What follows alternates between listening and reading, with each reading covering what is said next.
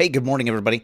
Welcome to the Working Creative Show. My name is Kevin Gregg. I am a creative director, writer, producer. I have performed and presented for over 2.5 million people live. Glad to have you here. Welcome to the show. On the show, we help you get your creative work done. Lots to talk about. Today, we're going to talk about something which deals specifically with the why of why you do your work, right? It's a big thing that happens. Sometimes people will be in the middle of doing their creative work and they just go, I just can't, I can't get this across the finish line, and I'm not sure exactly what to do. We're going to pack a little bit of that, and we're going to talk about that motivation, right? And also how the right environment ends up encouraging you so that you actually get the stuff done that you need to get done. But before we get to that, if this is your first time here, let me tell you a way that you can support the show and the stuff that we do. So I talk here on the show about how you get your creative work done. And the best way that you can do that is by going over and visiting our community, which is at Working Creatives. It's on the school platform. You'll see the link in the description to this video below. You can join the hundreds of people that are over there that have a calling to do their work. They've either done it professionally before or they want to be doing it professionally. They want to get their creative work done. They want to get it out into the world. They want to find their audience and start generating some income and revenue. Well, that's exactly what we do over at Working Creatives. So join the hundreds of people that are over there right now, and we'll help you get your work done. So, big thing. You struggled. You're just going, man, I just do. And so many creatives, like, they will get to a point where they just bail out on something and they just go, I'm done. I'm finished. I'm not doing this. It's just not worth it. There's a couple of reasons why that's happening. Number one, something I talk about all the time in the Working Creatives community. They haven't figured out exactly what their why is, right? Why, W-H-Y, what their why is behind the project. It's great to have a vision. It's great to have something that's in your mind that makes you go, yeah, I totally want to do this. This is a really cool idea. But what's a why behind that? What is the big thing that is driving you, particularly when it gets to the rough times that are going to happen with that project? Because at some point you're going to run into a point where it gets challenging to do it. It could be time constraints. It could be obligations that you have. It could be the fact that while you're trying to get this stuff out there and make revenue for it, you may have another job that you've got to do in the meantime in order to get money coming into the house, right? To pay the rent or to buy groceries or pay the utilities. And so it just feels like you just don't have the bandwidth to doing it. One big thing that I talk about in the community consistently is you have to make sure that you've got something that is driving you, even when you're at those moments of coming home and you just go, I don't feel like picking up the paintbrush or, getting on the computer to write or to edit or to play music. I just don't feel like it tonight. And there has to be something that's inside that's going, yeah, I know that you don't feel like it, but here is the why that's behind it, right? I have long-term vision that I have for myself. I use certain motivating things for myself are my family, what I'm doing what I'm doing in the future. Also, trying to serve as an example for my sons with their pursuits that they're doing, and then also people that I end up working with as well, right? I'm in here doing this stuff, really, even the stuff that I'm doing over in Working Creatives. This isn't just like, hey, I'm going to sit up here and tell you how to do it while I sit back and watch. No, I usually liken myself to somebody that's just a little bit further down the road that's trying to figure this out and navigating the online space and online advertising and reaching out and trying to get new audience. It is not easy and it's challenging, but I want to serve as an example to those people that are behind me. So when I get these moments where I feel like, yeah, I don't want to do it. I don't want to wake up in the morning and I don't want to do a live stream, but I got to do it. Interesting thing. It's so funny. I'll share this with you guys while I'm on the thing today. I've been testing this, especially with live streaming. I'm working with OBS system and trying to get used to a whole bunch of other things.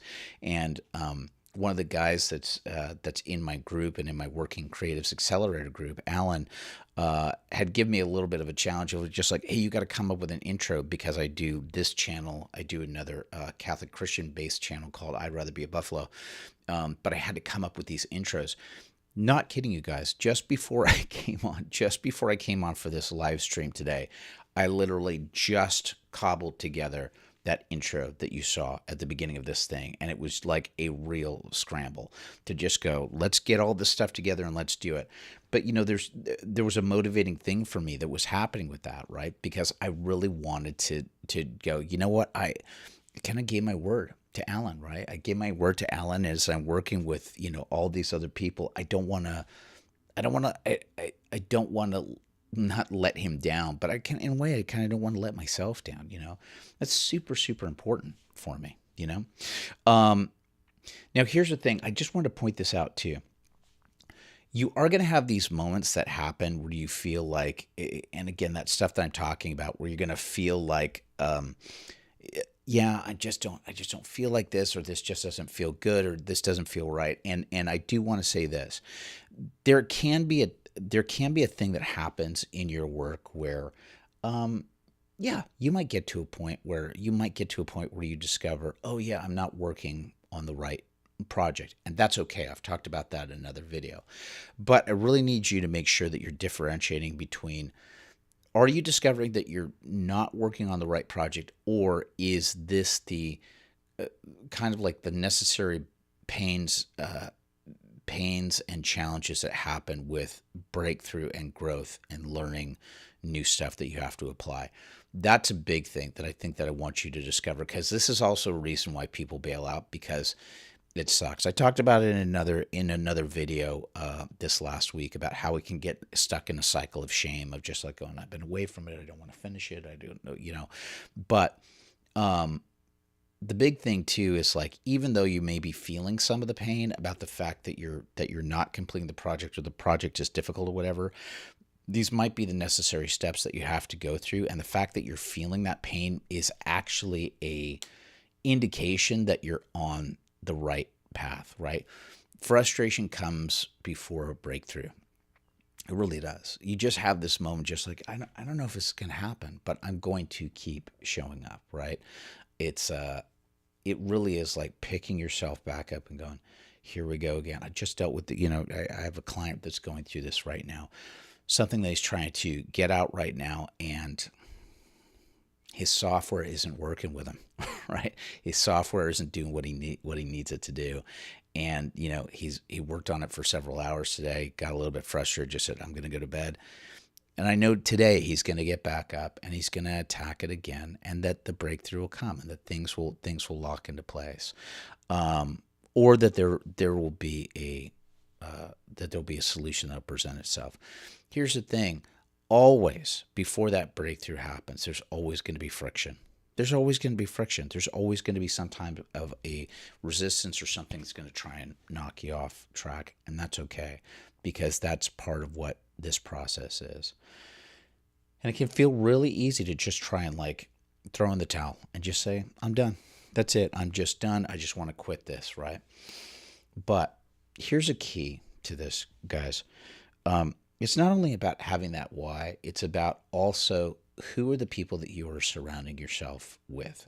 Who are the people that you have in your circle that are going to give you that unexpected, just that unexpected spark or push, or just like new, fresh breath that you go, oh, I can do this. I literally just had this last week,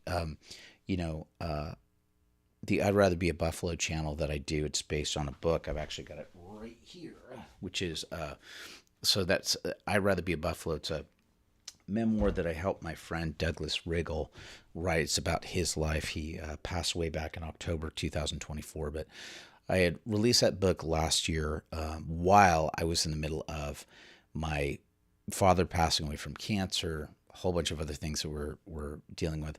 And so it's been about a year since the book's been released, but now I'm trying to get it out there to a broader audience. And I realized, hey, I got to start doing advertising on it. I started dipping my toes into Amazon ads, campaign, Amazon ads, to try and test this out. I've worked on meta ads before, and it's been rather successful for me. I've been super grateful for that. But this was my first time kind of diving into the Amazon ads part. And I had done some test campaigns for about 2 weeks, and yeah, it just wasn't seeing anything. And I'm not even talking about like book sales or anything like that. Like I wasn't even seeing any traffic towards the thing. And I was just like going, okay, something is completely off. Either this campaign's not working, or something's not working with the cover of the book, or I'm just doing something completely wrong. And this is after about 2 weeks of testing. And I just went, and part of me is super frustrated, right? Like part of me is just like, well, that sucks, right? It sucks to be doing that and doing an ad spend and putting stuff out there and then just not seeing like anything, not seeing any movement from that at all. And this had just happened at the end of last week. And, your first instinct that comes in is just go, why bother? It's just not going to take, nobody will go for it. Just as I was doing that this last week in our community and working creatives, there's a friend of mine, he's now a friend that from working together, Luigi Bertolini, who actually he runs the Dad Forward community that's on school. But he had purchased the book like about a week and a half ago.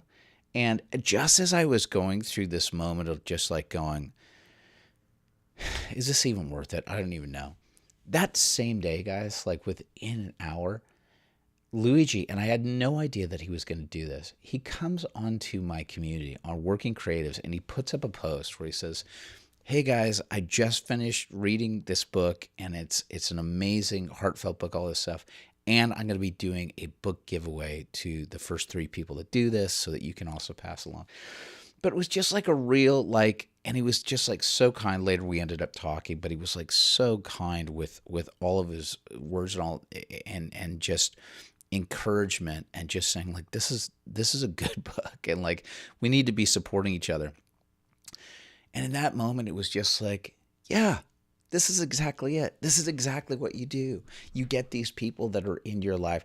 I only met Luigi like 6-7 months ago. And now all of a sudden this dude is like, getting on there. And when I'm in a low point, which he has no idea about, he's sparking me and moving forward to just go, okay, I can do this. So, I'll be reassessing, ads and like going, all right, maybe Amazon ads isn't the way to go on the book. Maybe I do a meta ads campaign that leads people towards Facebook. I don't know, that leads people towards a landing page for the book. Who knows, right? But here's the thing that I want to point out with this, and I do think that this is a missing piece. It's not only about having like this why, right? And why do I want to do this? Like, for example, with the book, as I'm trying to get that stuff out there, I want people to hear what Doug's life was about and his inspiring message through hardships of life, right? And getting through it with Christ's help, right? So that's a big thing. So that's a huge motivating why. And also serving as an example for the people that I lead in my community, or like just like showing, hey, if you have a project or something like that you truly believe in, you feel like God's calling you towards it, get it out there. But not only was the why the thing in that moment, but I also needed the encouragement and the people that were around me. And that's exactly what I got from Luigi. My point with all of this is, who are you surrounding yourself with? Because, again, I've talked about this before. I talked about this in one of my streams this last week. Being a creative, it's a lonely business, right? And yes, we can get the drive from the why, absolutely, but it's also about surrounding yourself with the right people that can help you during that time as well. Who are those people in your life? And if you don't have those people in your life, are you looking for them? Are you getting yourself around in places where other people are sort of on the same path and it's encouraging? I'm not talking about being in a place where, it's like cage matches or like, really toxic, crippling, people trying to backstab each other and cut each other's throat. That's not going to help you, right?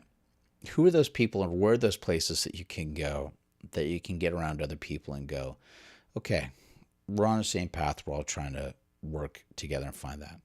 I hope that you can find that in your life that you have. I will give you an offer on this. If you don't have that in your life, that's exactly why I created Working Creatives, right? Working Creatives is exactly that. It's a safe atmosphere, and I want to be very clear about this when I talk about this.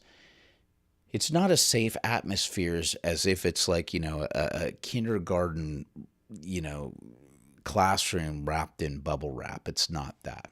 But what it really is, it's a whole bunch of people that are gathering together, and they're all on the same path. They might be different, working on different mediums or whatever, but they're showing up, and they show up with posts or live creative problem solving sessions I hold every week, where people can get, in a live meeting with me, and then we just talk. We talk out what their wins and challenges are and all that stuff.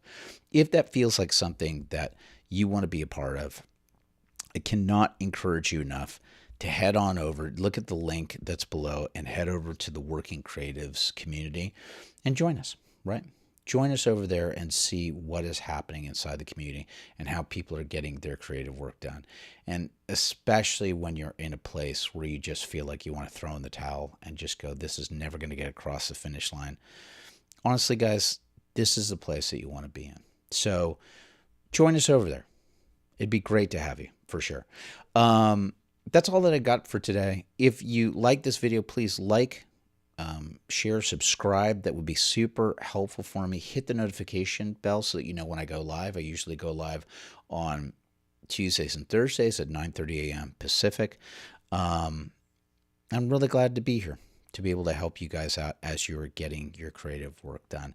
I will see you on the next stream, and thanks for being here. God bless you. Onwards and upwards.